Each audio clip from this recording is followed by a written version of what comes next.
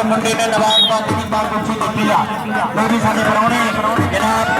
जमात इस्लामी के शिलालिया खड़े टीमां लाना पड़ियां इस कबड्डी के बाद शाह जी इस कबड्डी के बाद टीमां लाना पड़ियां ते सपारिया नवी सपारिया है नवी सपारिया ढोला लेके आ रहे शेर का पला लगा